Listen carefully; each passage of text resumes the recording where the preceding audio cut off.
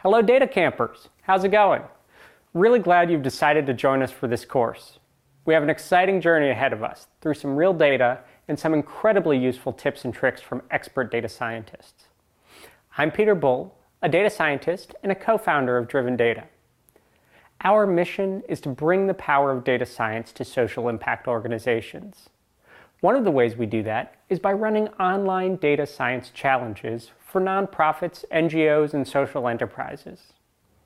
In our challenges, a global community of data scientists, like you, competes to solve a particular problem. We'll work through one of these competitions as a case study, and we'll show you how the winner achieved the best score. In the course, we'll do some natural language processing, some feature engineering, and boost our computational efficiency. In addition to these pro tips, we'll look at one of the ways in which we can use data to have a social impact. School budgets in the United States are incredibly complex, and there are no standards for reporting how money is spent. Schools want to be able to measure their performance. For example, are we spending more on our textbooks than neighboring schools? And is that investment worthwhile? However, to do this comparison takes hundreds of hours each year in which analysts hand categorize each line item.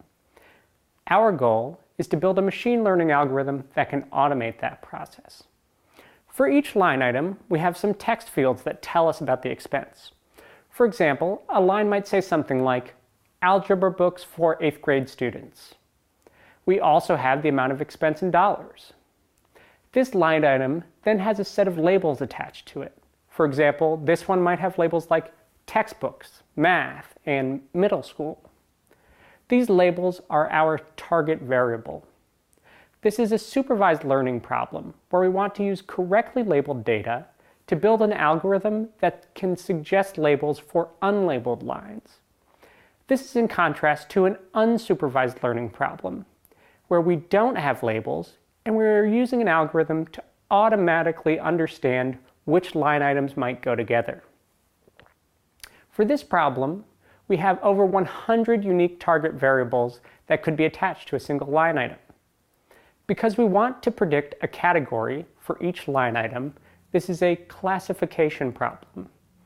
This is as opposed to a regression problem, where we want to predict a numeric value for a line item. For example, predicting house prices. Here are some of the actual categories that we need to determine.